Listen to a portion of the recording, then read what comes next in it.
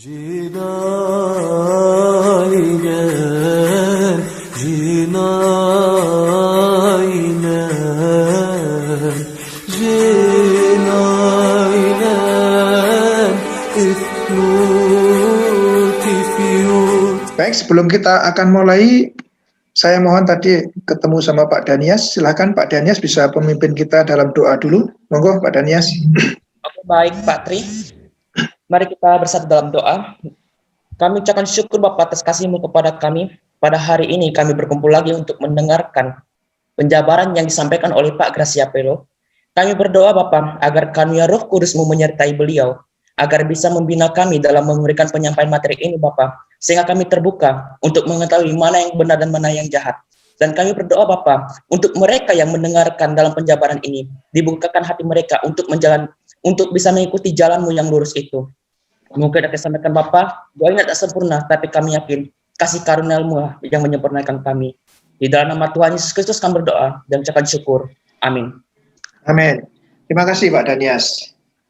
Baik Pak Gracia, akan langsung dimulai presentasinya malam hari ini. Oke. Ya, saya silahkan Pak Gracia bisa dimulai. Share screen-nya udah ya? Kelihatan ya? Ya, sudah kelihatan.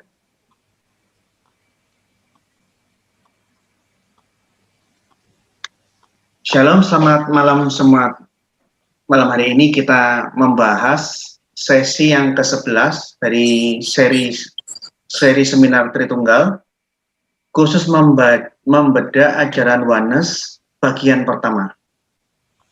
Ajaran Oneness, wabil khusus, secara khusus ajaran Oneness-nya Joshua Temu. Ini topik malam hari ini. Minggu depan kita akan ngomong masih sama Oneness, tapi part bagian yang kedua. Yuk kita mulai. Ingat, kita baca firman Tuhan di 2 Petrus 2 ayat 12. Ini peringatan Petrus. Sekali lagi saya ingatkan bahwa semua rasul dan Yesus tidak pernah kasar, tidak pernah keras menghadapi orang yang berbuat dosa dan ingin bertobat. Tapi kepada para pengajar palsu, guru-guru palsu dan penyesat, semua ayat baik yang diucapkan Yesus maupun yang ditulis para rasul dalam perjanjian baru, tidak ada satupun ayat yang ramah kalau ketemu dengan penyesat. Coba baca. 2 Petrus 2:12 berkata apa? Tetapi mereka, guru-guru palsu penyesat itu, sama dengan hewan yang tidak berakal. Sama dengan binatang yang hanya dilahirkan untuk ditangkap dan dimusnahkan. Mereka menghujat apa yang tidak mereka ketahui. Sehingga, oleh perbuatan mereka yang jahat, mereka sendiri akan binasa seperti binatang liar. Ini kalau tidak diterjemahkan dalam bahasa Indonesia yang baku oleh penerjemah-penerjemah LAI, kalimat ini sangat kasar. LAI pandai memilih diksi. Diksi itu pandai memilih kosakata yang mana santun dan bisa mereduksi ungkapan yang kasar. Tapi kalau kita baca ayat ini pelan-pelan, berkali-kali, diulang-ulang, Anda akan geleng-geleng. Pemimpin semua rasul di saat menghadapi pengajar-pengajar palsu dan guru-guru sesat, penyesat-penyesat, dia menyamakan dengan tegas pengajar palsu, bidat-bidat itu seperti dengan hewan yang tidak berakal, yang ada hanya untuk dimusnahkan. Para penyesat-penyesat ini, mereka tidak sadar, mereka di dalam pengajaran-pengajarannya melakukan hujat yang luar biasa, namun mereka nggak sadar kalau yang mereka ajarkan itu hujat demi hujat, penghinaan demi penghinaan terhadap yang maha tinggi. Oleh karena itu, Petrus bilang apa di frase terakhir? Perbuatan mereka itu jahat, dan mereka sendiri akan binasa seperti binatang liar. Ya, ini ayat firman Tuhan, bukan saya. Sangat-sangat keras. Yuk, kita review sedikit minggu lalu. Dalam Konsili Nikea, yang dibahas itu firman adalah ciptaan.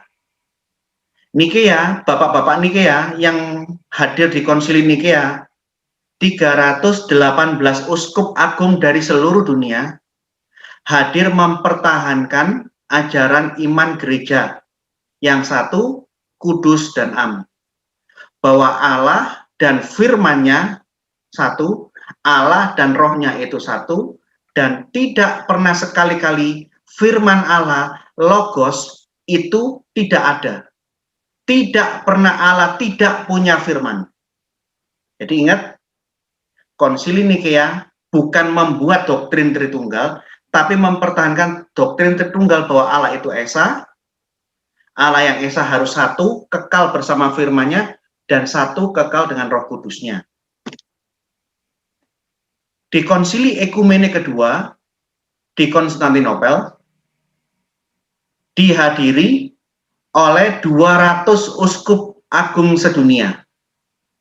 Mereka datang untuk mengadili dan memeriksa ajaran suatu sekte yang mengatakan Roh Kudus, rohnya Allah, itu pernah tidak ada. Jadi Allah pernah ada tapi tidak punya roh. Gereja yang satu, kudus dan am, kumpul untuk membahas masalah ini. Dan semua sepakat mempertahankan kemurnian, kesempurnaan, dan keesaan Allah. Bahwa Allah tidak pernah tidak hidup. Allah tidak pernah tidak punya roh. Allah itu Esa, dia satu dengan firman-Nya, dan dia hidup dari kekal sampai kekal. Tidak ada doktrin baru yang dirumuskan di Konstantinopel. Semua gereja, semua uskup yang hadir mempertahankan secara kokoh ajaran gereja yang satu, kudus dan am, yang diwariskan dari bapak-bapak gereja, dari para rasul, bapak-bapak gereja sampai zaman itu. Oleh karena itu, di dalam Syahadat Nikea Konstantinopel, pengakuan iman Konstantinopel yang berdasarkan pengakuan iman Nikea, karena di Nikea hanya membahas firman Allah ciptaan atau bukan. Di Konstantinopel ada yang mempermasalahkan Roh Kudus. Akhirnya muncullah Syahadat Nikea yang dilengkapi dengan Syahadat pengakuan iman Credo Konstantinopel. Sehingga yang mana-mana yang saat ini kita sering baca Syahadat Nikea Konstantinopel, Syahadat pengakuan iman Konstantinopel menolak ajaran bahwa Allah pernah tidak punya Roh Kudus. Di dalam kanon ke-7, keputusan kanon ke-7 Konsili Konstantinopel ada banyak bidat yang ditolak. Pertama, bidat dari Yunani Utara yang mengatakan Roh Kudus itu pernah tidak ada, dia adalah suatu makhluk. Roh Kudus baru ada setelah diadakan, ini ditolak. Mustahil Allah pernah mati. Mustahil Allah pernah tidak punya nyawa, mustahil Allah pernah tidak punya hayat. Ini bidat yang pertama ditolak. Bidat yang ditolak secara ekumene waktu itu adalah Sabellianisme. Sabellianisme itu sudah ditolak dalam konsili lokal di saat dia muncul. Di Konsili Konstantinopel ditegaskan ulang secara ekumene. Bukan lagi konsili lokal yang mengatakan Sabellianisme itu sesat, tapi seluruh gereja yang hadir saat itu, 200 uskup agung mengatakan Sabellianisme ini sesat. Allah dengan firman Allah dan roh Allah itu berbeda. Namun, ketiganya ini, Allah dan roh Allah dan firman Allah, itu ada di dalam satu wujud Allah yang Esa. Sesatlah yang mengajarkan Allah dan firman Allah dan roh Allah itu semua sama, sinonim. Sesat. Nyawanya Allah, hayatnya Allah, firmannya Allah itu berbeda. Tapi tidak mungkin nyawa, hayatnya Allah, rohnya Allah dipisahkan dari firmannya Allah. Allah, firman Allah, dan rohnya Allah ketiganya ini ada di dalam satu wujud Allah yang esa. Barang siapa yang mengatakan Bapa itu sama dengan Anak, Bapa itu sama dengan Roh Kudus, sinonim, dalam pengertian sinonim, dinyatakan sesat. Bidat Arianisme dinyatakan sesat lagi, diingatkan bahwa ini adalah sesat. Firman Allah tidak pernah tidak ada.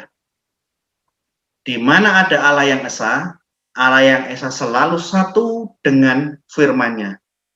Jadi Yesus dalam keilahiannya tidak mungkin Yesus diciptakan. Yesus dalam keilahiannya dia adalah firman Allah. Tidak mungkin Allah tidak punya firman. Potinianisme dan yang lain ditolak. Nah, kemarin sudah saya jelaskan bahwa Credo Filioque itu paling awal muncul di Konsili Toledo, bukan di pengakuan imannya, tetapi di pengantar sebelum pengakuan iman. Di dalam pengakuan iman Konstantinopel yang asli, yang dihadiri 200 uskup sedunia termasuk uskup-uskup Roma Katolik waktu itu, tidak ada kata Filioque karena 200 uskup sedunia hadir sepakat menggunakan kutipan langsung dari Yohanes 15:26 bahwa Roh Kudus itu keluar, proceed from the Father. Roh Kudus keluar dari Bapa. Ini keputusan ekumene yang disahkan, yang disepakati oleh 200 uskup-uskup sedunia. Namun di dalam konsili lokal di Spanyol, di Toledo, di saat bapak-bapak di Spanyol, bapak-bapak gereja di Spanyol menghadapi bidat, di pengantar sebelum masuk pengakuan iman, ada kata Filioque. Nah, ingat, konsili Toledo, konsili lokal. Konstantinopel ini konsili sedunia, konsili ekumenikal. Konsili Katolik, konsili yang am, muktamar am. Di dalam dokumen-dokumen konsili dunia, Paus Leo ketiga pada tahun awal abad 9, 809, di dalam konsili lokal gereja Roma, dia tegas menolak penambahan atau sisipan apapun terhadap pengakuan iman Nikia Konstantinopel yang asli tahun 381. Jadi di awal abad ke-9, Paus Leo ketiga menolak. Tidak boleh konsili lokal merubah keputusan konsili ekumene. Tidak boleh konsili lokal merubah, menambah-nambahi, menyisipkan apa yang sudah diputuskan di muktamar am, di konsili yang jamiah, yang universal, tidak boleh. Jadi ini tahun 1890 yang paling bawah, konsili lokal gereja Katolik, konsili gereja Roma di Aix-la-Chapelle yang dihadiri oleh uskup Paus Leo ketiga menolak penambahan atau sisipan apapun terhadap keputusan konsili ekumene Nikea Konstantinopel. Biarkan itu apa adanya, tidak boleh ada yang nambahi. Kecuali kita datang untuk melakukan konsili ekumene, baru boleh dirubah. Konsili lokal tidak boleh merubah apapun keputusan konsili ekumene. Jadi di dalam catatan sejarah, minimal sampai permulaan abad 11 tahun 1009 Masehi, semua gereja di dunia itu satu. Semua gereja baik di barat maupun di timur dalam mengucapkan pengakuan iman Nikea Konstantinopel itu satu rumusan, yaitu rumusan 381. Tidak ada yang beda. Perubahan pengucapan pengakuan iman secara lisan baru dimulai tahun 1014. Yaitu di saat misa yang dihadiri oleh Paus Benediktus ke-8 mengizinkan ada tambahan di dalam pengakuan iman. Roh Kudus keluar dari Bapa dan Anak. Ini hanya secara lisan. Namun secara resminya penyisipan ini baru diputuskan dalam konsili lokal Gereja Roma. Ini konsili Gereja Roma ya, bukan sedunia. Di Lyon di Prancis. Sejak saat itu diputuskan secara resmi Gereja Roma di dalam konsili lokal di Lyon melakukan penambahan penyisipan. Jadi penyisipan Filioque Procedit, Roh Kudus itu keluar dari Bapa dan Anak, itu konsili Lyon. Bukan konsili Nikea Konstantinopel. Karena semua data-data Nikea Konstantinopel yang asli 381 tidak ada kata Filioque. Filioque baru dimasukkan di abad ke-13 di konsili lokal Gereja Katolik di Prancis. Nih.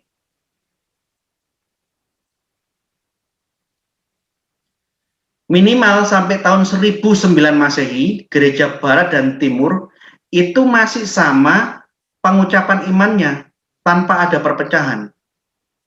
Karena di abad ke-9, Paus Leo III menentang keras tidak boleh ada konsili lokal melakukan penambahan, perubahan keputusan konsili ekumene. Ibaratnya itu gini loh, kalau DPR RI, Dewan Perwakilan Rakyat Republik Indonesia memutuskan suatu undang-undang, tidak boleh undang-undang yang diputuskan oleh DPR RI, Dewan Perwakilan Rakyat Republik Indonesia, dianulir, ditambahi, dirubah oleh DPRD Malang. Tidak boleh. Dewan Perwakilan Rakyat Daerah Malang, tidak boleh. Dewan Perwakilan Rakyat Daerah Malang itu harus tunduk keputusan DPR RI. Undang-undang yang diputuskan oleh DPR boleh dirubah kalau DPR yang membahas. Ini yang dimaksud Paus Leo III. Tidak boleh melakukan penambahan, penyisipan, dan perubahan pada konsili pengakuan iman konsili Nikea Konstantinopel di dalam konsili lokal. Tunggu konsili ekumene baru boleh. Nih, izin lisan, mengucapkan secara lisan, pertama kali diucapkan di Gereja Katolik Roma tahun 1014. Ini hanya lisan. Namun secara tertulis baru tahun nih. Di dalam buku ini buku Iman Katolik, keluarannya Konferensi Wali Gereja Indonesia, KWI. Diterbitkan oleh Canisius. KWI mengaku bahwa pernyataan Roh Kudus keluar dari Bapa dan Putra, tolong di atasnya garis yang paling bawah ada kalimat, tetapi secara resmi hal itu penambahan kata keluar dari Bapa dan Putra Filioque dimasukkan secara resmi dalam pengakuan iman Latin oleh Konsili Lyon kedua di Perancis abad 13. Jadi Filioque baru diputuskan resmi di dalam konsili lokal Gereja Roma abad 13. Sebelum itu belum ada perubahan. Tapi yang menarik, fakta yang tidak boleh kita tutup-tutupi, Gereja Katolik melalui dokumen resmi KWI, Konferensi Wali Indonesia, mengakui mereka baru menambahkan tambahan Filioque di abad ke-13.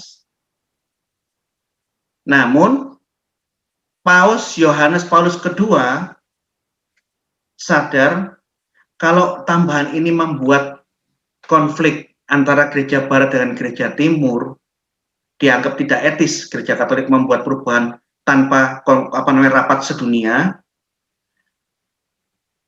Paus Yohanes Paulus II memberi izin dalam mengucapkan pengakuan iman, hilangkan kata-kata dan putra, tidak apa-apa. Karena Paus Yohanes Paulus II mengakui secara jujur di dalam syahadat yang asli yang dirumuskan tahun 381 Masehi sedunia memang tidak ada kata putra. Karena di dalam tahun 381 semua bapak-bapak gereja termasuk uskup-uskup Gereja Katolik yang hadir sepakat menggunakan Yohanes 15 ayat 26 bahwa Roh Kudus itu keluar dari Bapa, titik. Jadi sudah ada pengakuan, ada upaya dan niat baik dari Gereja Katolik. Dan di dalam baris yang paling bawah, KWI, Konferensi Wali Indonesia, mengatakan Gereja Barat secara prinsip tidak pernah keberatan dengan rumusan Gereja Timur yang mengacu pada rumusan yang asli 381. Ya kan? Gereja Katolik tidak pernah berkeberatan secara prinsip dengan rumusan 381 yang asli yang dipakai semua gereja ortodok dan gereja Protestan Lutheran. Jadi di dunia ini ada perbedaan pengakuan iman. Semua gereja ortodok Yunani, ortodok Koptik, ortodok Syria, ortodok Rusia, ortodok Ethiopia, ortodok Armenia, dan ortodok Timur yang lain, plus gereja Protestan Lutheran menggunakan pengakuan iman Konsili Nikea Konstantinopel yang asli 381. Gereja Katolik dan Gereja Calvin mengikuti pengakuan iman hasil keputusan Konsili Lyon abad ke-13. Pengakuan iman yang asli ditambahi di Konsili Lyon, keluar dari Bapa dan Putra. Nah, sampai hari ini Gereja Katolik dan Gereja Calvin mengikuti Konsili Lyon. Jadi kita harus akui pengakuan jujur dari KWI, itu buku tadi itu buku keluarannya KWI, terbitan Canisius. Dan kita harus hargai niat baik. Niat baik, keinginan, saran dari Paus Yohanes Paulus II untuk kita kembali ke pengakuan iman yang asli. Nah,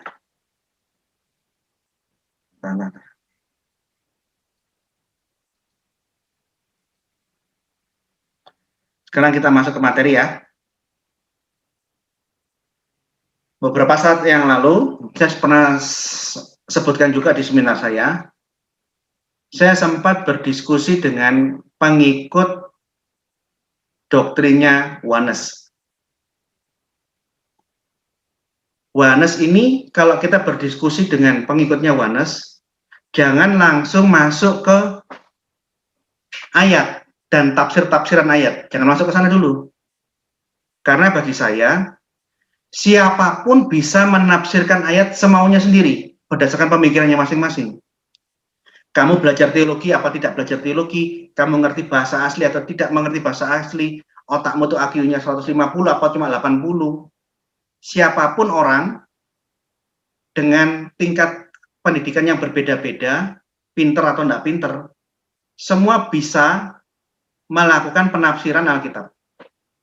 Oleh karena itu, di saat kita berdiskusi dengan orang Oneness, jangan kita langsung masuk kajian ayat dan tafsirnya dahulu, jangan.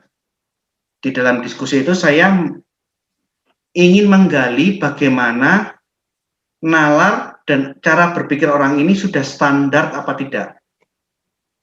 Saya bertanya, namanya FS, ini saya kasih inisial ya, ini orang Batak.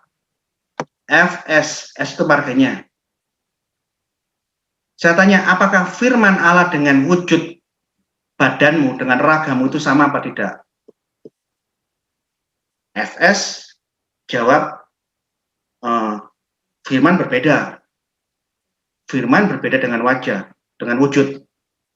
Tapi menariknya di dalam jawabannya itu dia kasih tambahan. Firman saya berbeda dengan wujud saya, karena saya belum bisa menepati janji-janjinya. Begitu saya membaca jawabannya ini, saya tersenyum-senyum. Dia memberikan jawaban dan alasan yang tidak ada hubungannya. Waktu itu saya menimpali. Bagus FF kalau kamu bisa mengatakan bahwa firman dengan badan, dengan wujud saya, wujudmu itu berbeda. Tapi apa hubungannya dengan kamu bisa menepati janji dan tidak menepati janji?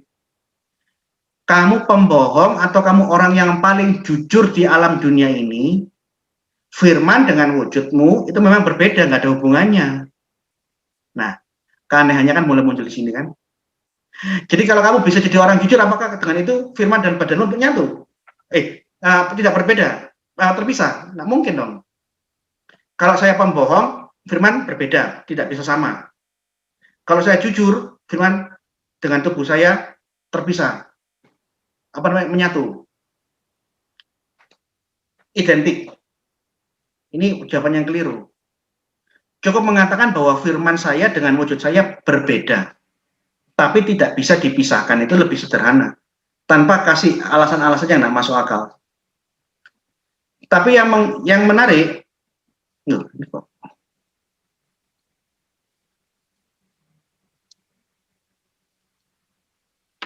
di dalam diskusi saya dengan CFS dari kelompok Oneness, dia mengklaim dia yang paling Alkitab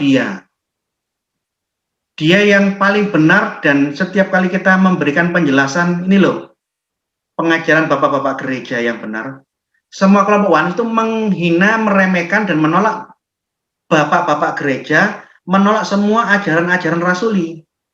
Ini ciri-cirinya. Plus, rata-rata semua bidat menolak konsili-konsili lokal. Bapak-bapak gereja ditolak semua, termasuk Rehoboth Ministry memberikan pernyataan dia menolak konsili-konsili dan itu tidak perlu diajarkan karena sudah tidak sesuai dengan kondisi zaman lah, kira-kira begitu. Dan ciri-ciri bidat apapun yang muncul di zaman kuno maupun zaman sekarang, seringkali melakukan klaim pengajaranku yang aneh seperti ini ilham dari Roh Kudus. Atau saya dapat mimpi. Ini jawabannya PS Sarah. Sarah itu ya pengikutnya Joshua Tewu yang kapan hari di dalam YouTube-nya dia mengatakan Tritunggal adalah antikristus. Jadi barang siapa yang mempercayai Tritunggal itu antikristus. Kalau bapak-bapak, ibu-ibu mengikuti seri seminar saya, Tritunggal sudah diajarkan bapak-bapak gereja dari abad pertama, kedua, ketiga. Dan bapak-bapak gereja yang mengajarkan Tritunggal itu rata-rata mati jadi martir. Polikarpus pada waktu dibakar hidup-hidup, dia berdoa dalam rumusan Tritunggal. Di dalam tulisannya, dia memberikan saran, nasihat kepada murid-muridnya, tolong kamu belajar sama Ignatius dari Antioquia. Ignatius dari Antioquia itu bapak gereja, muridnya Rasul Petrus dan Paulus. Di mana Ignatius dari Antioquia itu menekankan jelas pengajaran Tritunggal, bahwa Allah dengan firman Allah itu satu. Allah dan roh Allah itu satu. Allah, firman Allah, dan roh Allah ada di dalam satu wujud Allah yang Esa. Dan Ignatius dari Antioquia, muridnya langsung Rasul Petrus dan Paulus, mati dicabik-cabik dimakan singa. Rata-rata bapak-bapak gereja dari abad pertama sudah mengajarkan doktrin Tritunggal, dan mereka semua mati syahid, dibantai, dibunuh demi imannya terhadap Yesus dan Allah Tritunggal. Jadi saya kadang-kadang heran dengan PS Sarah ini. PS Sarah ini kemungkinan orang Chinese ya. Dia mengatakan Tritunggal di dalam YouTube-nya itu antikristus. Wow. Jadi semua orang Kristen dari abad pertama, jemaat mula-mula, abad kedua, ketiga, keempat, kelima, sampai hari ini yang percaya Tritunggal, yang mempertahankan bahwa Allah itu Esa, Allah yang Esa itu satu dengan firman dan rohnya, semua antikristus. What? Atau mungkin dia kiri bidat yang lain. Ajaran ini saya dapat karena saya ditemui oleh malaikat langsung dari surga.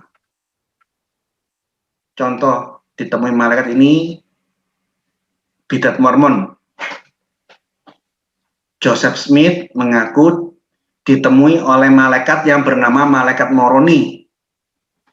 Setelah dia ditemui oleh malaikat Moroni, dia diajari doktrin-doktrin yang aneh, nyeleneh, dan itu menjadi panduan doktrin utama ajaran Mormon.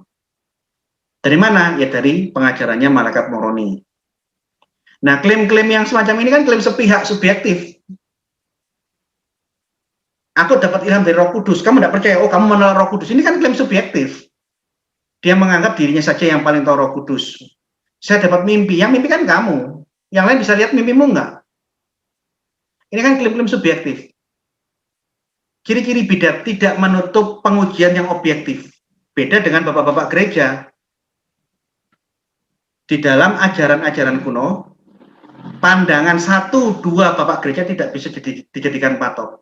Harus dilihat konfirmasinya ke bapak-bapak gereja yang lain. Pandangan satu orang tidak bisa jadi patokan. Pandangan satu muridnya Rasul tidak bisa, harus diuji dengan murid-murid yang lain. Oleh karena itu gereja sedunia sampai hari ini, baik di barat dan di timur, percaya dengan konsili ekumene. Karena konsili ekumene bukan pikirannya, renungannya, konsepnya satu orang, tapi semua konsep dari garis Rasul manapun sedunia. Muridnya Rasul Yohanes, muridnya Rasul Petrus, muridnya Rasul Paulus, muridnya Yakobus, muridnya Thomas, semua kumpul dan membahas, bukan pikiran 1-2 orang.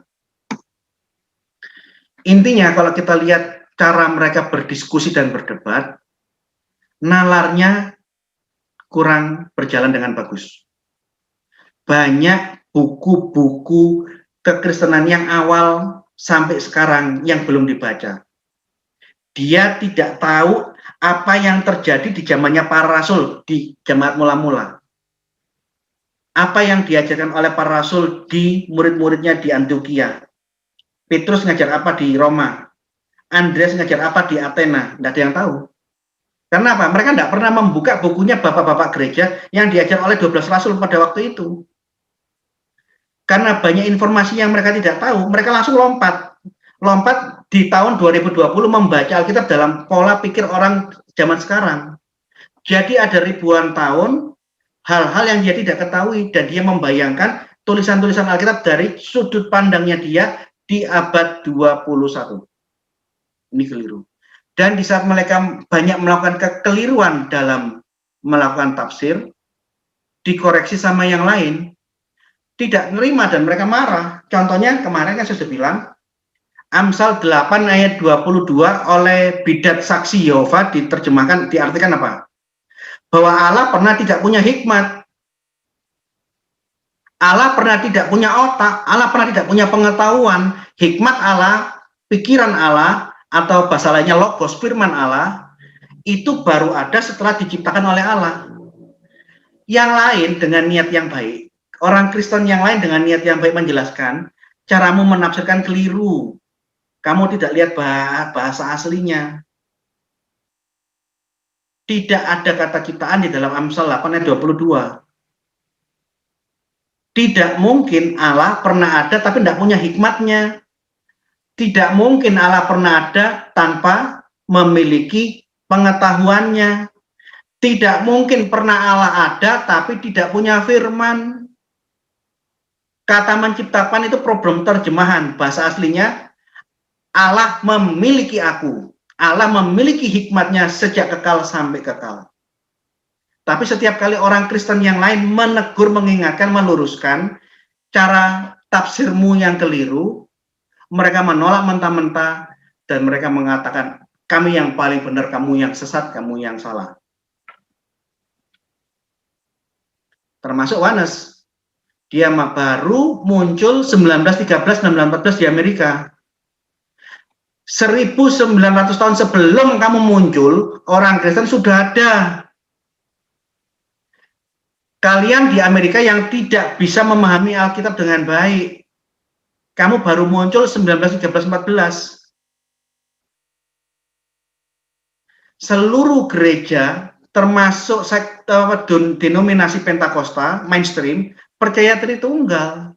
Sebelum Pentakosta muncul, gereja-gereja Protestan mainstream percaya Tritunggal. Sebelum Protestan ada, gereja Katolik percaya Tritunggal beserta gereja-gereja timur yang lain. Tidak pernah gereja tidak percaya Tritunggal.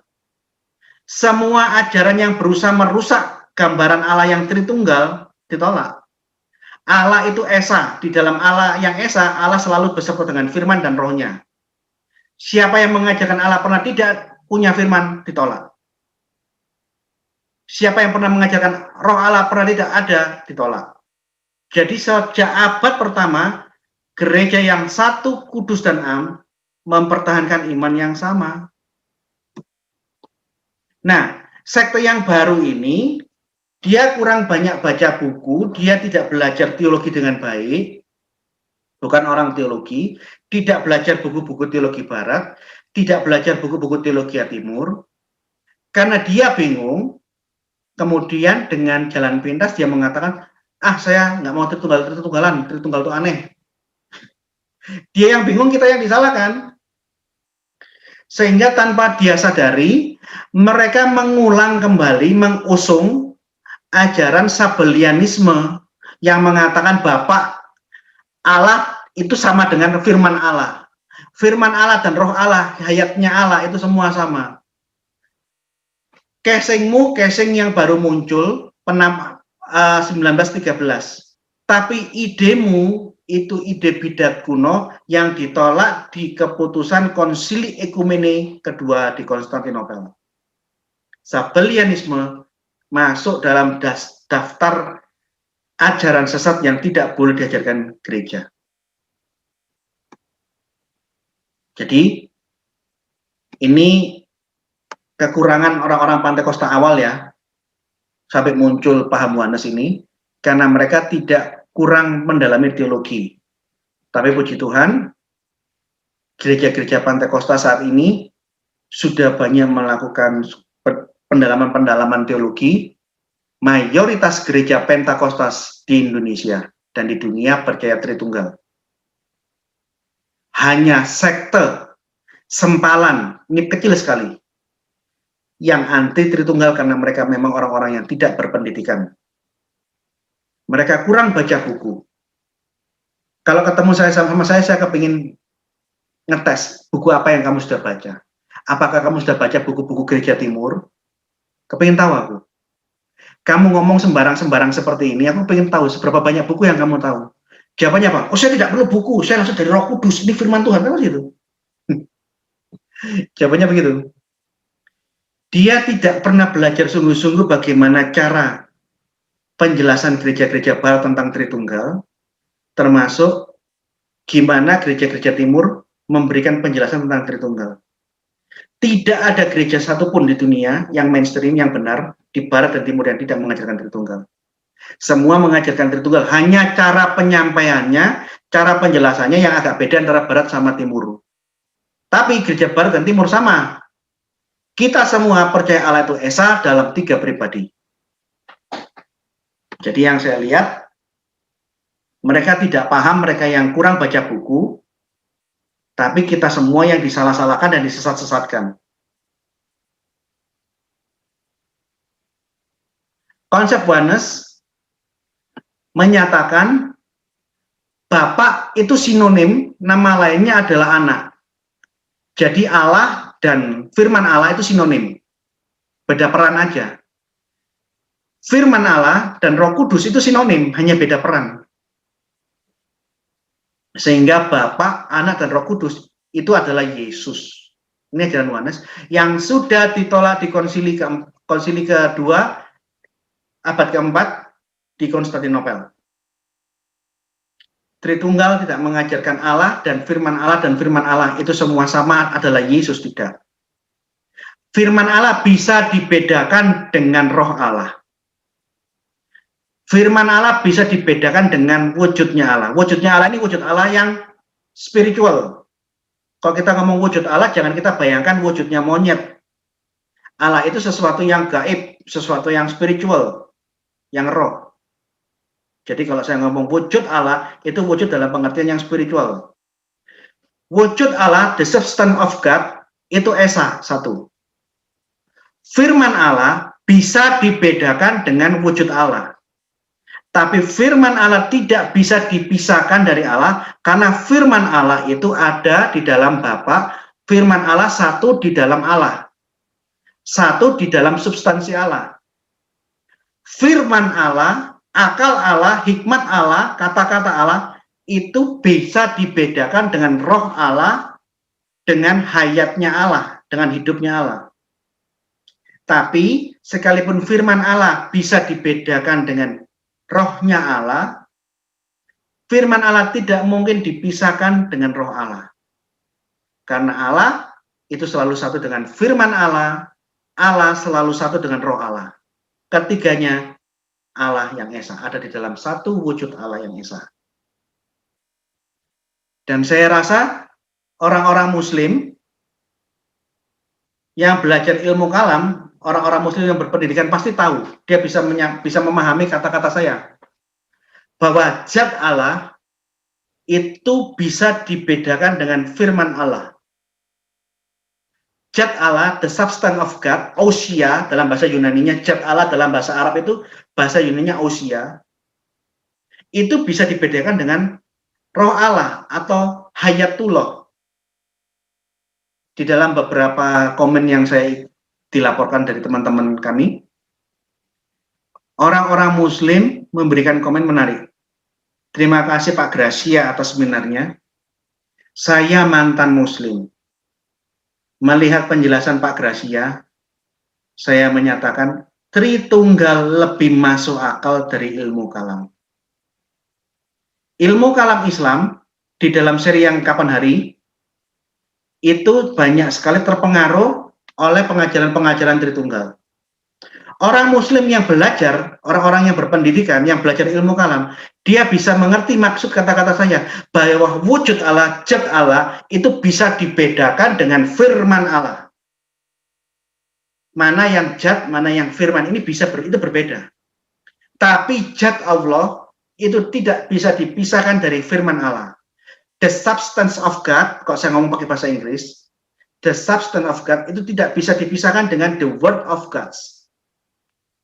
Firman Allah satu dengan substansi Allah.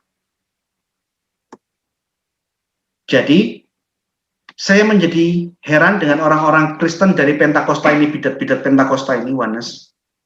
Kok bisa kamu mengatakan wujud Allah, zat Allah, the substance of God, itu sama dengan firman Allah, the word of God? Kok bisa kamu mengatakan the word of God is the life of God, the spirit of God? Kok bisa kamu mengatakan firman Allah itu sama dengan roh Allah, dengan hayat Allah? Orang Muslim yang belajar Tritunggal, tidak usah Kristen, tidak apa-apa. Asal mereka belajar ilmu teologi Islam, ilmu kalam, mereka akan menertawakan Wanes ini. Hah? Wanes mengajarkan zat itu adalah firman, firman adalah hayatullah. What? Mereka akan kaget dengan doktrin-doktrin Wanes ini. Saya tekankan ya bahwa zat Allah itu bahasa teologi Arab. Dalam bahasa Arab yang dipakai oleh orang Kristen terlebih dahulu dan juga dipakai sama orang Muslim akhirnya. Di dalam seri seminar yang kapan hari saya sudah tunjukkan bahwa Abdul Masih Al-Kindi yang hidup 100 tahun sebelum Imam Asy'ari sudah mengatakan Maha Suci Allah yang memiliki sifat berfirman. Kata zat sudah dipakai teolog-teolog Kristen Arab sebagai terjemahan dari ousia atau the substance of God. Saya menggunakan berbagai bahasa ya. Saya menggunakan bahasa Yunani ousia, saya gunakan bahasa Inggris the substance of God. Saya juga menggunakan bahasa teologi Arab, zat Allah. Karena bisa jadi sih seminar saya ini yang khususnya untuk orang Kristen juga dilihat dengan orang-orang non-Kristen, supaya orang-orang non-Kristen juga bisa memahami, mengikuti apa yang saya sampaikan. Jadi mereka orang-orang yang tidak mengerti teologi, mereka tidak pernah belajar sejarah dari zamannya para rasul di abad pertama. Jemaat mula-mula itu seperti apa? Mana bukunya? Bagaimana kehidupan mereka? Apa yang diajarkan oleh para rasul kepada jemaat mula-mula? Mereka tidak pernah tahu. Karena mereka tidak tahu, banyak sekali melakukan kekeliruan-kekeliruan seperti ini. Mereka tidak menghormati tulisan-tulisan rasuli.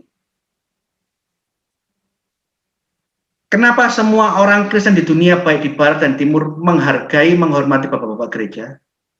Karena bapak-bapak gereja itu langsung berhadapan dengan 12 rasul, belajar bertutur kata, bercakap-cakap dalam bahasa yang sama di zaman yang sama. Kalau kita kepingin tahu pengajaran para rasul yang benar, lihat dari tulisan-tulisan pandangan murid-muridnya yang diajar sama para rasul itu dong.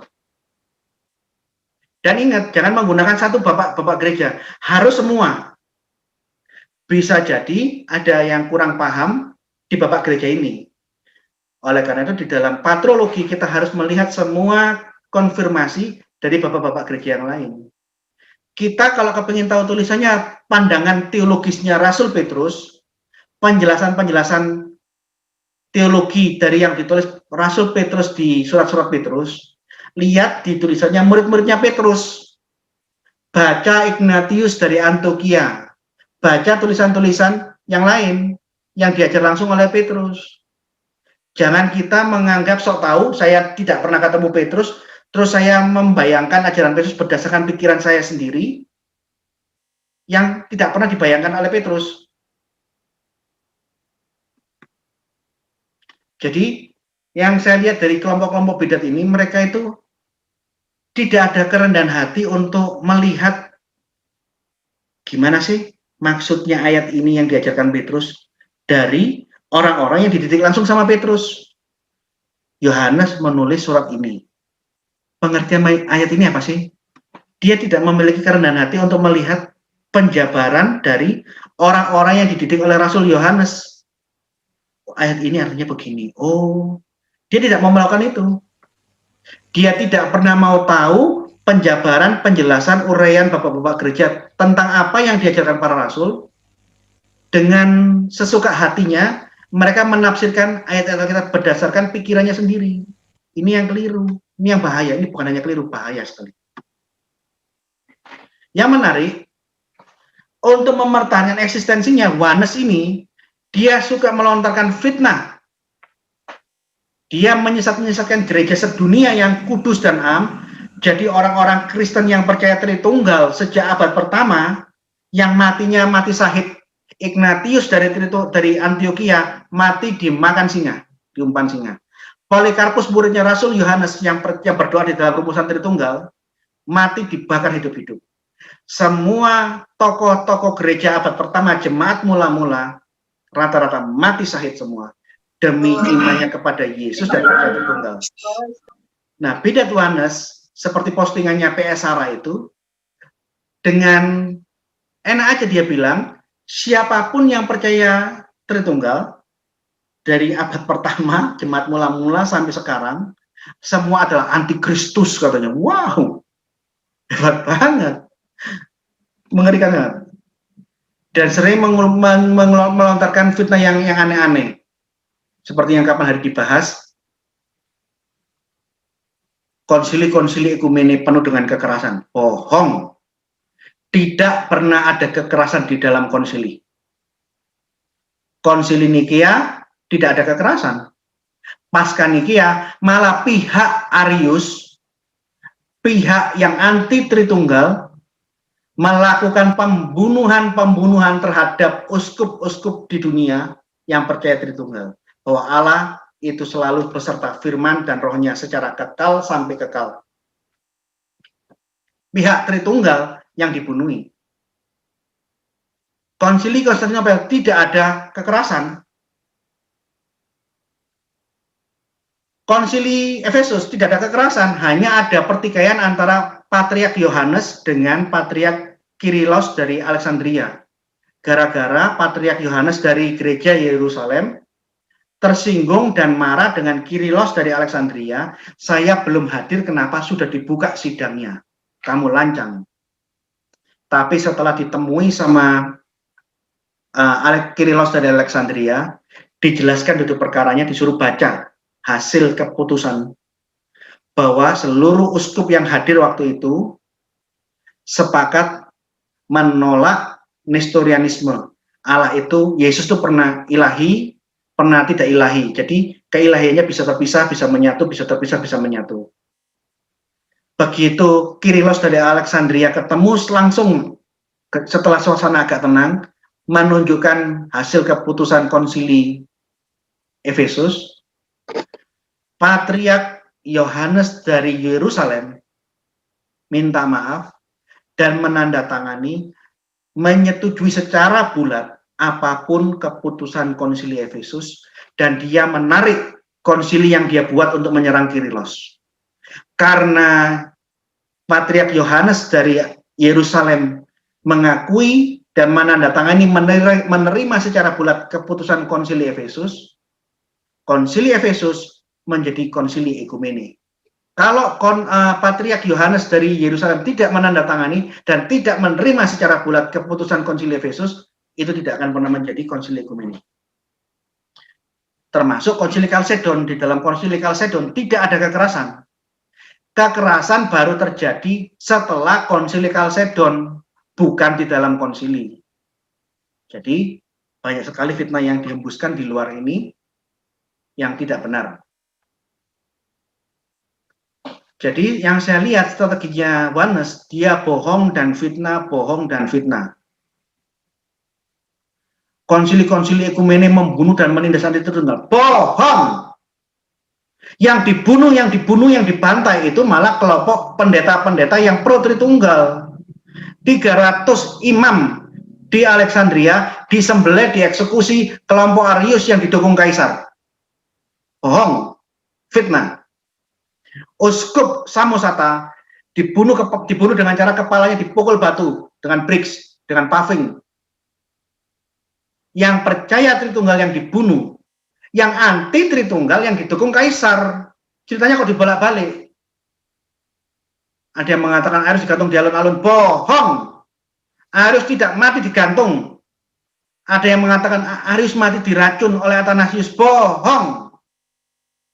Tidak mungkin Arius bisa ketemu sama Athanasius, karena Athanasius, dia atas fitnahnya Arius, Athanasius dipenjara oleh Kaisar Konstantinus. Dia menjadi tahanan kaisar, posisi keimamannya sebagai pemimpin gereja di Alexandria diturunkan, dan dia dipenjara, dibuang di Perancis. Athanasius itu tawanan kaisar, dipenjara di Perancis. Arius yang bisa bebas jalan-jalan di Konstantinopel. Jadi bagaimana mereka bisa ketemu? Satu di Perancis ditahan, dipenjara di sana. Ini bohong. Arius mati di saat dia buang air di kamar mandi. Di saat Arius dapat surat perintah dari kaisar, kaisar memberi perintah supaya Patriark Alexander dari Konstantinopel memulihkan, mengangkat kembali Arius menjadi imam. Di saat dia pegang surat sakti dari kaisar, di saat itu dia berkhotbah berapi-api di katedral Konstantinopel, tiba-tiba dia sakit perut. Sakit perut, masuk ke WC, tidak keluar-keluar. Begitu didobrak, dia mati tertelungkup dalam kondisi sudah mati dan dari pantatnya keluar usus. Jadi kisah-kisah yang ada di Wikipedia, Arius digantung, Arius diracun, Athanasius, bohong. Dua orang ini terpisah ribuan kilo, satu di Konstantinopel, satu di Perancis, ditahan di Perancis. Ini bohong sekali. Jadi Yohanes ini memposisikan dirinya sebagai yang paling tahu Alkitab, melebihi bapak-bapak gereja. Dengan mudahnya mereka menghina semua bapak-bapak gereja, semua konsili dia tolak. Anda tahu nggak dampak dari merendahkan bapak-bapak gereja itu apa? Kamu tidak hanya merendahkan semua orang, kamu merendahkan siapa yang mengajari bapak-bapak gereja ini. Kalau satu bapak gereja kamu tidak hormati, wajar. Ada bapak gereja yang salah ngajar. Kita lihat konfirmasinya di bapak-bapak gereja yang lain, oh ya ternyata kamu salah. Untuk masalah ini, kekeliruan dia mengajar, saya tidak hormati dia, karena dia keliru. Tidak apa-apa. Tapi kalau semua bapak-bapak gereja kamu tidak hormati, konsili-konsili di dunia kamu tidak hormati, kamu nggak hanya menghormati, kamu melakukan sesuatu yang mengerikan. Karena apa? Artinya, orang-orang guru-guru mereka, itu orang-orang bodoh semua. Jadi yang mengajari Ignatius dari Antioquia, Petrus dan Paulus itu goblok, bodoh. Yang mendidik Polikarpus dari Smyrna, Rasul Yohanes itu bodoh, goblok. Anianus itu muridnya Rasul Markus yang menjadi pemimpin gereja di Mesir. Itu bodoh. Jadi Markus bodoh dong. Kamu nggak menghormati bapak-bapak gereja, kamu nggak menghormati ajaran-ajaran rasuli. Kamu tidak menghormati orang yang mengajari mereka. Gitu loh. Mengenai masalah bapak-bapak gereja saya akan bahas minggu depan. Lebih detail. Jadi, berbeda dari cara pandang mereka, semua gereja sedunia, entah Katolik, entah Protestan, entah Pentakosta mainstream, dan juga gereja Ortodok, semua menghormati bapak-bapak gereja. Karena mereka yang langsung berhadapan, diajar, bertemu, bertatap muka dengan para rasul. Ajaran-ajaran rasuli yang diturunkan para rasul ke para bapak-bapak gereja, diturunkan ke generasi berikutnya, diturunkan ke generasi berikutnya. Itulah yang dipakai gereja sedunia. Calvin menghormati bapak-bapak gereja. Wesleyan yang baru muncul di abad 18 menghormati bapak-bapak gereja. Katolik apalagi, Ortodok apalagi. Nah pertanyaannya, bidat Yohanes Pantakosta yang muncul di 1913, 1914, kamu tuh muridnya Rasul siapa? Kalau semua murid-muridnya para rasul kamu hina, kamu rendahkan, lah kamu sendiri tuh muridnya Rasul siapa coba?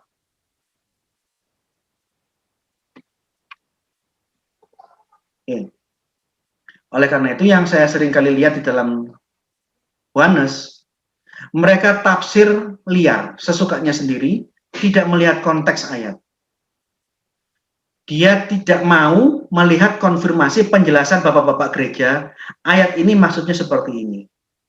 Semua ini tidak dia perhatikan, dan mereka mengambil keputusan berdasarkan pemikirannya sendiri. Ini bahaya banget. Ciri khas kedua sekte bidat Yohanes ini, dia mempermasalahkan baptisannya para rasul. Di mana secara khusus mengenai baptisan, nanti saya akan bahas di minggu depan. Mereka menggunakan bukti semua baptisan para rasul di kisah para rasul adalah di dalam nama Yesus. Oke. Lah, dia menggunakan ayat ini. Lah, ayat yang diucapkan langsung oleh Yesus apa? Enggak kamu perhatikan. Mengenai ini saya tidak bahas sekarang. Saya akan bahas di minggu depan, lebih tuntas nanti. Kemudian, untuk mempertahankan pandangannya, doktrinnya, mereka berani memalsukan ayat Alkitab. Matius 28 ayat 19, ucapan dari bibir suci juru selamat kita, baptiskanlah mereka di dalam nama Bapa, Putra, dan Roh Kudus. Dengan sengaja mereka ganti, mereka palsukan ayatnya. Kemudian setelah mereka palsukan ayatnya, mereka sebarkan dan dia viralkan supaya orang percaya dengan ayat baru yang mereka buat. Ini kurang ajar sekali. Untuk mempertahankan doktrinnya sendiri tentang baptisan di dalam nama Yesus, mereka berani merubah ayat, memalsukan ayat Matius 28 ayat 19 yang keluar dari bibir suci juru selamat. Disebarkan dan diviralkan. Nih, mereka mengacu pada Novum Testamentum, ini saya sudah pernah tampilkan, saya ulangi lagi untuk mengingat. Di dalam Novum Testamentum edisi ke-7, ada catatan dari peneliti-peneliti perjanjian baru, di Matius 28 ayat 19, itu ada varian, tu onomatimou, di dalam namaku. Itu ada di dalam bukunya Eusebius. Nih, Eusebius pada waktu dia kirim surat kepada Kaisar, dia menggunakan kata baptiskanlah di dalam namaku. Dari kutipan sepenggal Eusebius ini dijadikan patokan untuk merubah ayat Matius 28 ayat 19. Jadi ayat yang asli yang sesuai dengan manuskrip-manuskrip kuno dihapus, diganti. Bidat Yohanes menggunakan kutipan sepenggal kutipannya dari Eusebius yang keliru ini untuk memasukkannya di dalam Alkitab. Ini tidak boleh. Ini loh. Varian teks di ayat 19, ini bukan varian manuskrip. Seluruh manuskrip Yunani sedunia bunyinya baptis sontes autos eis tu onoma tu patros ini. Ini. Baptis sontes autos eis tu onoma tu patros kaitu huyo kaitu agios pneumatos. Sedunia manuskrip Alkitab manapun sedunia bunyinya baptiskanlah mereka di dalam nama Bapa, Putra, dan Roh Kudus. Seluruh dunia manuskripnya ini bunyinya. Hanya ada satu bapak gereja yang memberikan kutipan bebas, namanya Eusebius. Di dalam suratnya kepada Kaisar bunyinya bukan di dalam nama Bapa, Putra, dan Roh Kudus. Baptiskanlah entu onomatimo, baptiskanlah mereka di dalam namaku. Ini yang dijadikan patokan sama bidat-bidat Yohanes. Ini bukunya. Alkitab Bidat Yohanes, terbitan 1999. Pergilah dan jadikanlah semua bangsa muridku di dalam namaku. Loh, diganti. Kata di dalam namaku tidak pernah ada di manuskrip manapun. Hanya ada di dalam kutipan bebasnya Eusebius. Manuskrip-manuskrip yang kuno dari abad pertama, kedua, ketiga, keempat, kelima, keenam, ke-10 semua diabaikan oleh bidat Yohanes. Mereka menggunakan kutipan bebas Eusebius. Ini aku bilang tidak fair. Ini sudah keliru, ini keliru. Nih, terbitan tahun 2000 sama, baptiskanlah mereka di dalam namaku. Wih, total kitab yang dipalsukan, total Alkitab yang mereka terbitkan ada kira-kira 26-27 Alkitab. Jadi mereka gencar memproduksi Alkitab palsu yang tidak ada referensi dokumen manuskrip manapun. Mereka terbitkan. Nih.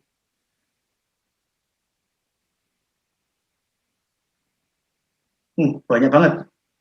Dari 26-27 Alkitab terbitan mereka, saya hanya keluarkan cuma beberapa aja ya, yang lainnya ya tidak saya tampilkan, tapi percayalah mereka terbitkan Alkitab palsu itu banyak sekali. Nah, sekarang saya masuk ke masalah ajarannya Joshua Tewu. Ini parah banget.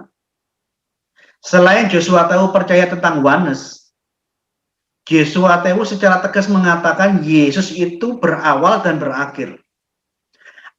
Arti makna akulah Alfa dan Omega, yang awal dan yang akhir, dimaknai oleh Joshua Tewu di dalam pengajarannya, benar-benar Yesus itu berawal, pernah tidak ada, dia baru ada setelah diciptakan, dan dia nanti suatu saat akan berakhir. Berawal dan berakhir, benar-benar harafiah. Ini lebih sesat dari saksi Yehova dan Unitarianisme. Karena saksi Yehova hanya mengatakan Yesus, firman Allah, Yesus pernah tidak ada. Firman Allah pernah tidak ada. Firman Allah adalah ciptaan. Tapi keberadaannya kekal. Joshua Tewu ini lebih lagi. Firman Allah, Yesus itu berawal dan berakhir. Ampun deh. Ini lebih parah lagi. Jadi otomatis kalau mendengarkan khotbahnya Joshua Tewu, Allah pernah tidak punya firman, Yesus itu baru ada setelah diciptakan. Artinya Allah itu tidak sempurna dan dia harus melakukan penyempurnaan untuk memperlengkapi dirinya yang tidak sempurna. Ini ajaran apa ini? Yang lebih mengerikan, Yesus berawal dan berakhir. Di dalam khotbahnya dia, Joshua Tewu mengkritik, saksi Yehova itu keliru, saudara saya saksi Yehova itu keliru. Dia mengatakan Yesus itu diciptakan di luar diri Allah. Enggak, Yesus itu ciptaan, tapi bukan diciptakan di luar, terpisah dari wujud Allah. Dia diciptakan di dalam diri Allah. Coba bayangin. Allah menciptakan sesuatu di dalam dirinya. Artinya Allah melakukan suatu penambahan dan perubahan, perlengkapan untuk memperlengkapi dirinya. Ini ajaran apa ini? Dan dia mengatakan ada dua substansi, ada dua hakikat. Allah yang roh dan Allah yang pribadi. Allah yang tidak berpribadi dan Allah yang berpribadi. Untuk jelasnya, ayo kita dengarkan khotbahnya ya, supaya jangan ada fitnah. Kita dengarkan apa yang Joshua Tewu sampaikan. Dengerin ya, saya ulangi, ini pernah saya tampilkan, tapi sekarang saya mundur agak panjang, supaya Anda semua bisa mendengarkan lebih panjang dan lebih jelas ya. Dengarkan baik-baik. Ya, kalau ini pun benar, misalkan kita mengerti seperti ini. Jadi firman itu kan dikatakan keluar dari Bapa. Ya, bukan bukan ada dengan sendirinya di dalam kekekalan. Jadi ada 3 pribadi Allah, ya, pribadi Allah Bapa, Allah Anak, pribadi Allah Roh Kudus. Tiga-tiganya ada dengan sendirinya, tidak ada yang menyebabkan keberadaan mereka.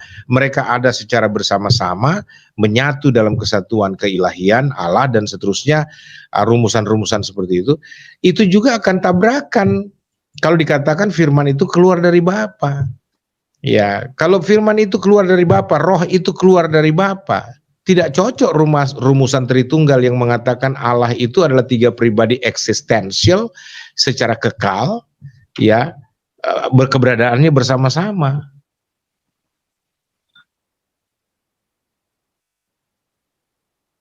Berarti ayat-ayat di dalam Alkitab yang mengatakan anak itu keluar dari Bapa, firman itu keluar dari Bapa, Roh Kudus itu keluar dari Bapa, itu salah dong. Ya. Nah, makanya saya senang sekali bahasan ini, bahwa firman itu keluar dari Bapa. Jadi pada awalnya, pada mulanya adalah Allah. Allah sendiri. Ya. Tidak ada yang lain. Gitu loh. Bahkan pada mulanya Allah ini belum berbicara soal Bapa, Anak dan Roh Kudus, belum. Allah yang adalah roh. Karena dalam Kejadian 1 ayat 2 di awal ditampilkan soal roh. Ditekankan roh Allah, karena Allah ini punya hakikat roh. Jadi bukan Allah itu hakikat sebenarnya kalau kita bicara di Alkitab. Yang hakikat itu adalah roh. Nah, terus hakikat kedua dari Allah adalah pribadi. Jadi makanya Allah itu jadi jamak, kata kita itu, karena sejak itu dia mempunyai 2 hakikat. Sebagai roh dan sebagai pribadi, gitu. Nah, kapan dia punya pribadi? Saya sudah bahas di Wahyu 3 ayat 14, yang berkaitan dengan Kolose 1 ayat 15, Amsal 8 ayat 22 sampai 24 dan seterusnya, yang mengatakan bahwa Yesus sebagai penciptaan yang pertama, yang sulung, itu dikatakan yang disalahpahami oleh saudara-saudara dari Saksi Yehova, itu tidak berbicara penciptaan di luar diri Allah. Jadi Allah membentuk bagi dirinya sendiri sebelum dia menciptakan segala sesuatu, sebelum dia membuat semua yang lain ada, dia bagi dirinya dulu.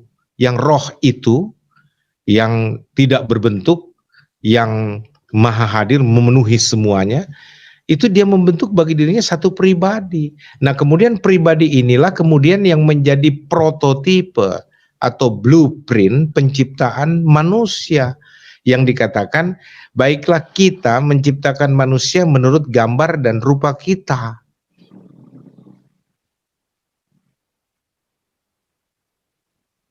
Ya, jadi kalau bicara gambar dan rupa kita itu adalah yang ini pribadi, ya, Allah dalam eksistensi pribadi, hakikat pribadi. Gitu. Nah, kemudian inilah yang menjadi percontohan atau blueprint saya katakan tadi, prototipe penciptaan manusia. Sehingga manusia diciptakan seperti Allah. Yang mana itu? Bukan yang roh, tapi yang pribadi itu, saudara-saudara yang kasih. Nah, jadi ingat baik-baik, dalam Alkitab yang saya mengerti ya, kalau lain pengertian Anda, ya tidak ada masalah, nggak usah ribut gitu loh. Ya, yang saya mengerti bahwa Allah itu roh adanya, hakikat dasarnya, hakikat awalnya adalah roh, gitu. Kemudian Allah membentuk bagi dirinya satu pribadi. Maka sejak itu Allah itu roh dan pribadi ilahi, gitu loh. Pribadi, ya tentu tidak, kalau kita bicara pribadi Allah ini maha sempurna ya. Nah, sejak itulah jamak dalam pengertian 2 hakikat Allah itu,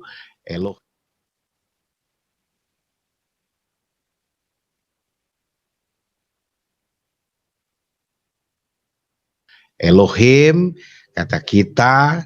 Nah, yang pribadi ini menjadi semacam blueprint penciptaan manusia. Oke, ini yang saya pahami, saudara-saudara, sehingga kalau bicara dia adalah yang awal, dan yang akhir terjawab pertanyaan para mualaf, teman-teman yang sudah terlanjur murtad yang tidak mengerti hal ini ya.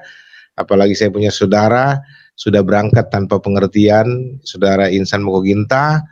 Padahal saya sudah coba menjelaskan hal ini, dia juga ya antara terima nggak terima karena sudah terlanjur basah gitu loh maksudnya. Jadi mereka bertanya, kalau Yesus itu Alfa dan Omega, yang awal dan yang akhir, dia yang pertama, berarti ada yang membuat dia menjadi yang pertama. Mereka bertanya, kalau Yesus itu Alfa dan Omega, yang awal dan yang akhir, dia yang pertama, berarti ada yang membuat dia menjadi yang pertama. Mereka bertanya, kalau Yesus itu Alfa dan Omega, yang awal dan yang akhir, dia yang pertama, berarti ada yang membuat dia menjadi yang pertama, gitu. Sebenarnya kalau pertanyaannya seperti itu benar juga, karena contoh ya, kalau kita kaji lagi Kejadian 1 ayat 3, ya, yang pertama Tuhan ciptakan dalam 6 hari penciptaan itu, hari pertama Tuhan ciptakan bukan langit dan bumi, yang Tuhan ciptakan terang. Lalu Yesus tampil dan mengatakan, I am the light of the world. Saya adalah terang dunia. Ya, dialah yang pertama-tama diciptakan, mendasari semua ciptaan yang lain. Bahkan kalau saya mau katakan itu luar biasa. Dia dikatakan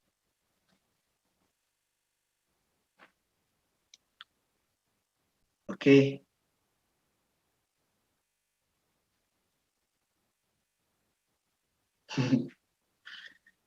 Terang kiasan akulah terang dunia, diartikan Yesus adalah ciptaan pertama.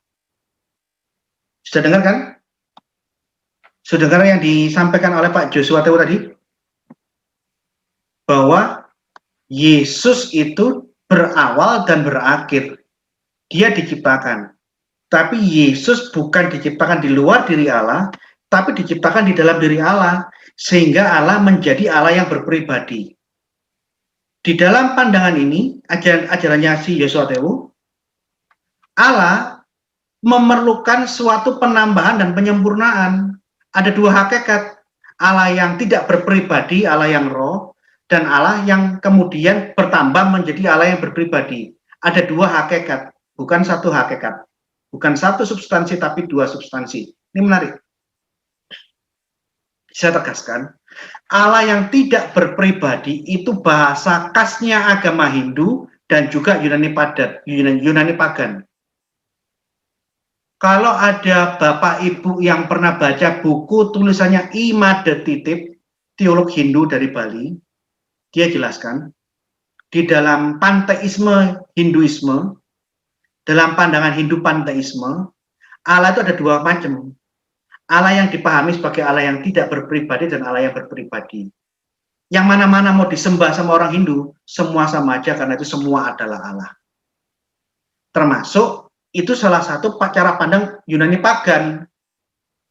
Allah yang tidak berpribadi itu Tuhan yang menciptakan logos menciptakan neus. Itulah yang ada di dalam Yunani.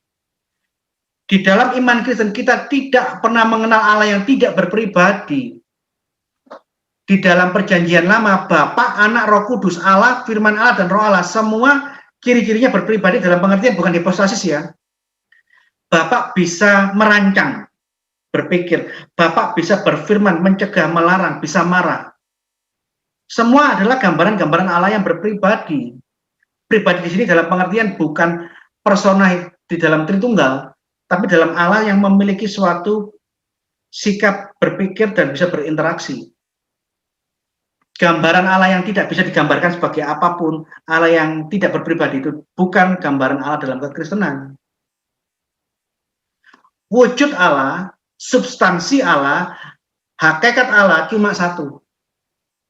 Tidak ada dua hakikat, tidak ada dua ousia, tidak ada dua wujud. Allah yang roh dan Allah yang berpribadi tidak ada. Ini kadang-kadang saya geleng-geleng dengan apa yang diucapkan. Firman Allah keluar dari Allah, itu makna kias bahwa firman Allah itu pada hakikatnya satu berada di dalam Allah. Oleh karena itu di dalam bapak-bapak gereja dijelaskan, firman Allah itu keluar dari Allah tanpa pernah meninggalkan Allah. Di saat firman Allah itu diturunkan Allah dari surga, turun menjadi manusia. Yohanes 1 ayat 14, Allah di surga tetap memiliki firman-Nya, Allah tetap hadir di mana-mana, dan Allah hadir di mana-mana dengan memiliki firman. Tidak pernah dimaknai keluar, firman Allah keluar dari Allah dalam makna harfiah. Begitu firman keluar, firman itu copot dari dalam diri Allah, sehingga Allah menjadi tidak punya firman. Ini tidak seperti itu maknanya. Firman Allah keluar dari Allah tanpa pernah meninggalkan Allah. Jikalau saya berdoa di kamar saya di Malang, Tuhan berfirman kepada saya di dalam suatu malam, di saat saya berdoa, Allah tetap hadir di seluruh penjuru dunia, dan dia tetap memiliki firman-Nya dan bisa berbicara kepada orang lain di jam yang sama di saat saya berdoa. Jadi Allah tidak pernah kehilangan firman-Nya. Firman Allah itu keluar dari Allah tanpa pernah meninggalkan Allah. Jadi firman Allah itu berada di dalam wujud Allah yang esa, bukan terpisah atau keluar dalam pengertian copot. Nah, pernah begitu. Demikian juga kata firman Allah, roh Allah keluar dari Allah. Itu makna kias yang menunjukkan bahwa roh Allah itu, hidupnya Allah, hayatullah bahasa Arabnya, itu satu di dalam Allah yang esa itu. Tidak mungkin roh Allah itu dibayangkan secara harafiah. Begitu roh Allah keluar dari Allah, Allah menjadi tidak punya roh. Tidak bisa seperti itu.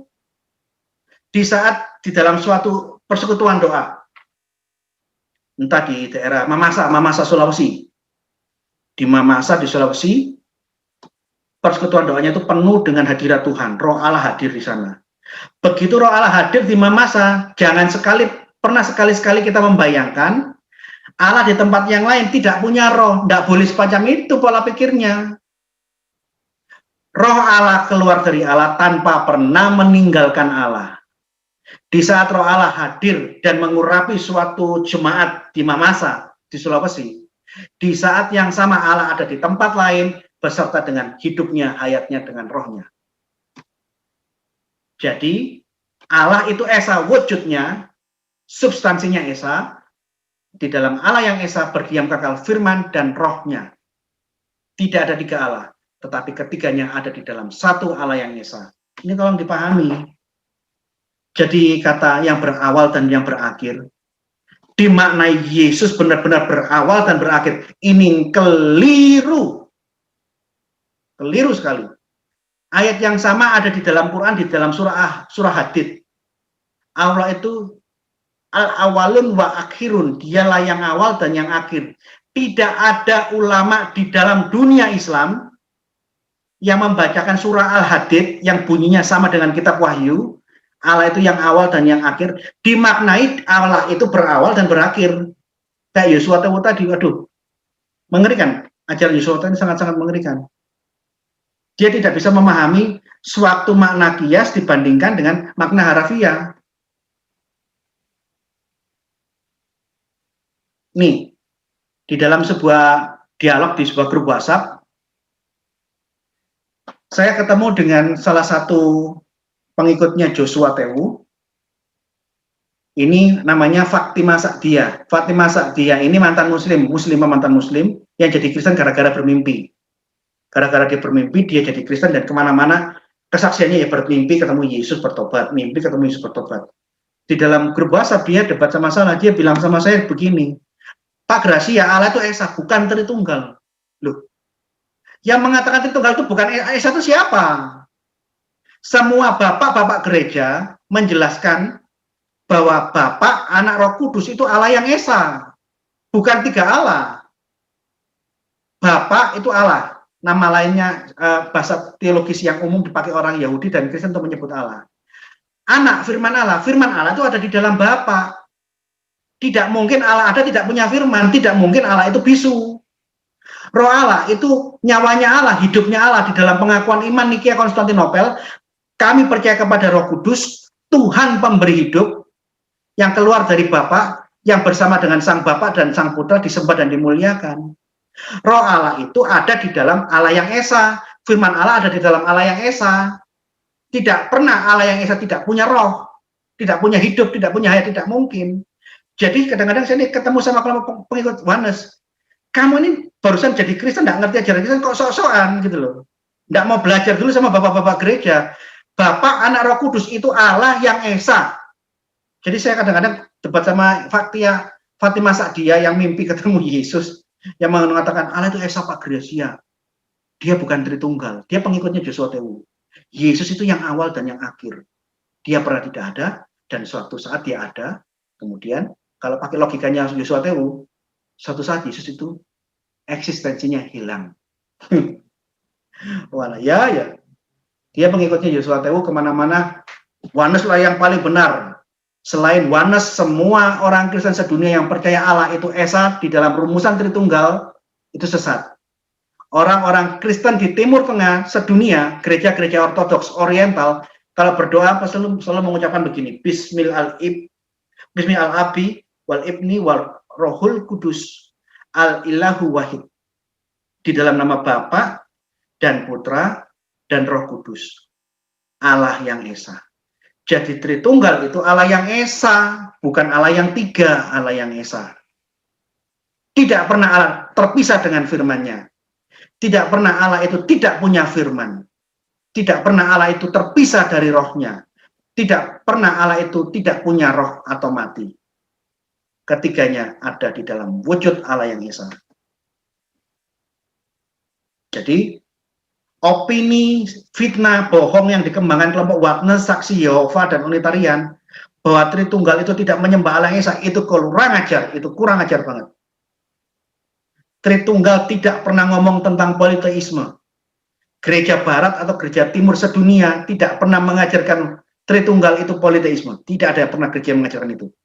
Yang memahami Tritunggal politeisme itu Mormon, dan seluruh gereja sedunia mengutuk, menolak ajaran Mormon. Jangan fitnahkan kepada orang Kristen apa yang tidak diimani orang Kristen.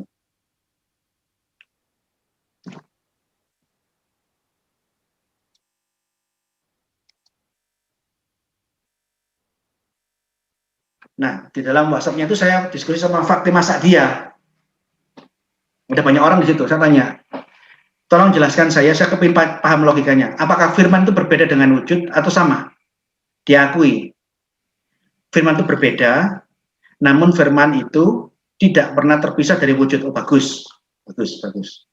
Tapi setelah dia menjelaskan ini, dia menuduh saya bahwa dia benar-benar anti Tritunggal, bahwa Tritunggal itu bukan ajaran yang benar di dalam Alkitab. Saya nggak jawab. Saya begitu dia ngomong begini, saya tidak jawab. Bagi saya, begitu kamu tahu bahwa antara wujud dengan firman itu berbeda, namun tidak terpisahkan, itu pengantar yang cukup baik buat saya. Dan saya tidak mau meneruskan diskusi karena diskusinya sudah panas di grup. Minimal kamu tahu bahwa wujud saya beda dengan firman saya. Namun wujudnya Gracia tidak mungkin terpisah dari firmannya Gracia. Pemahaman ini sudah bagus dan saya tidak meneruskan pembicaraan. Nunggu kapan-kapan saya diskusi lagi sama dia. Yang menarik, di saat dia mengatakan firman Allah itu berbeda dengan wujud, tapi tidak terpisah. Di saat yang sama dia percaya dengan ajaran Joshua Tewu yang kita dengar tadi, bahwa Yesus itu pernah tidak ada, Yesus baru ada sejak diadakan, diciptakan, dan kemudian Yesus akan hilang, berakhir eksistensinya.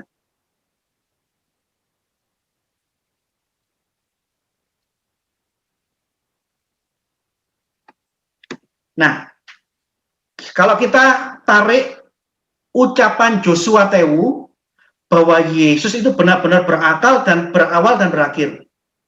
Dia baru ada sejak diadakan oleh Allah.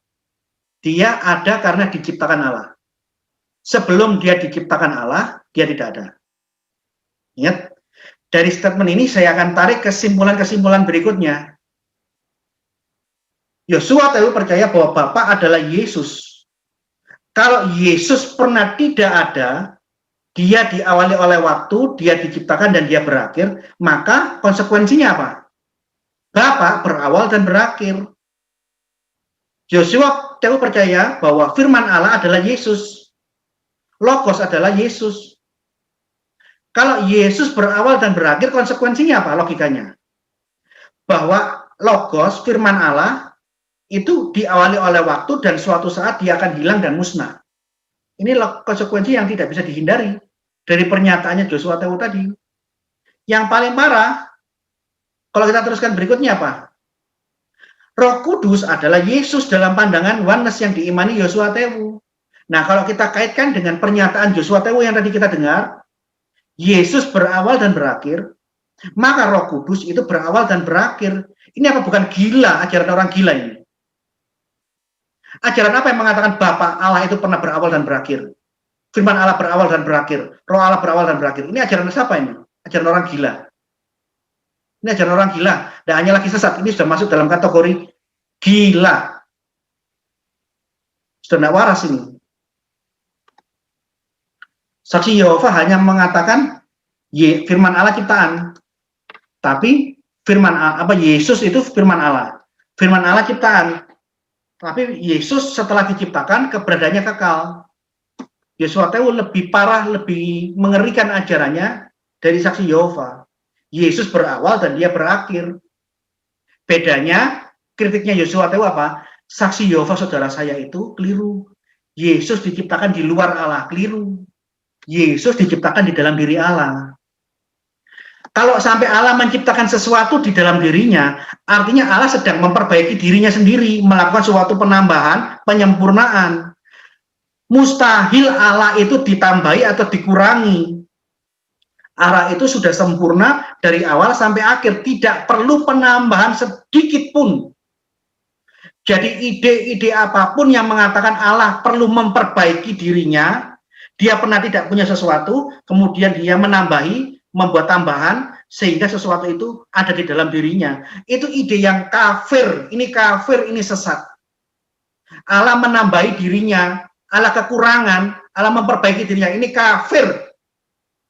Gila, ini ajaran gila ini. Jadi saya berikan stempel bahwa ajaran Joshua Tewu, Yesus itu berawal dan berakhir. Ini adalah ajaran bidat di atas segala bidat. Ajaran bidat made in Indonesia tahun 2020. The best bidat in the world. Jadi kalau Joshua Tewu sekarang kebingungan mau mendirikan sinode, saya sarankan coba Joshua Tewu dan kawan-kawan Fatima Sakdia atau PS Sara yang mengatakan semua gereja, semua orang Kristen dari abad pertama yang percaya Tritunggal Allah itu Esa, firman Allah itu satu di dalam Allah yang Esa, Roh Allah itu satu di dalam Roh Allah yang di dalam Allah yang Esa, ketiganya Allah, firman Allah dan Roh Allah itu Allah yang Esa. Ini antikris.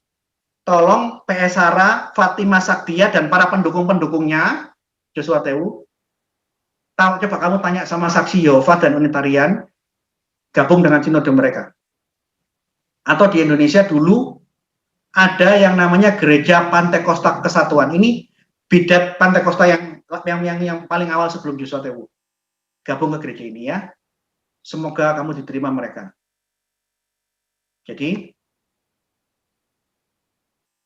pandangan ajaran Joshua Tewu bahwa Yesus berawal dan berakhir, saya berikan reward sebagai bidat terbaik sepanjang masa. Hadiah. Wah, ini bidat yang terbaik yang pernah muncul di sepanjang sejarah bidat di dunia adalah ajarannya Joshua Tewu. Dia bidat yang terbaik yang pernah ada. Inilah ajaran bidat asli buatan Indonesia. Saya kaitkan dengan 2 Petrus 2:12. Ini ajaran yang paling gila. Yesus berawal dan berakhir. Di saat yang sama dia mengatakan Bapa adalah Yesus, firman Allah adalah Yesus, Roh Kudus adalah Yesus. Artinya apa? Bapa berawal dan berakhir, firman Allah berawal dan berakhir, Roh Kudus berawal dan berakhir. Ajaran Joshua Tewu, ajaran orang yang tidak berakal. Dia tidak sadar apa yang dia ajarkan dan dia kembangkan dan dia viralkan kemana-mana beserta pengikut-pengikutnya. Itu adalah hujat dan penghinaan kepada Yang Maha Tinggi. Joshua Tewu, kalau kamu tidak bertobat, tidak kembali ke ajaran gereja yang satu, kudus dan am, kutuk Arius akan menimpa dirimu. Gracia Pilu ngomong kutuk Arius akan menimpa dirimu. Kalau sekarang kamu belum kena kutuk, Tuhan tuh panjang sabar, kasih kesempatan kamu untuk merenung dan menarik kembali ajaranmu yang keliru. Tapi kalau kamu diingatkan berkali-kali sampai 11 seri Tritunggal saya sudah buat kamu tidak menarik ajaranmu, tetap kamu mengajarkan Bapa berawal dan berakhir, Bapa adalah Yesus, Bapa berawal dan berakhir. Firman Allah adalah Yesus, Yesus berawal dan berakhir. Roh Kudus adalah Yesus, Roh Kudus berawal dan berakhir. Kamu tidak tarik ucapanmu dalam nama Yesus. Kiranya kutuk harus menimpa kamu dan keluargamu. Terima kasih. Saya kembalikan kepada moderator.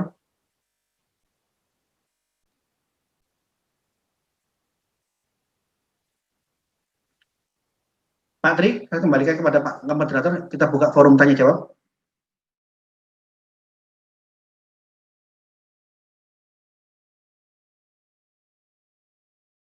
Cinaynen, cinaynen, cinaynen, ifnut, ifyut, pipanduk keratur, cinaynen,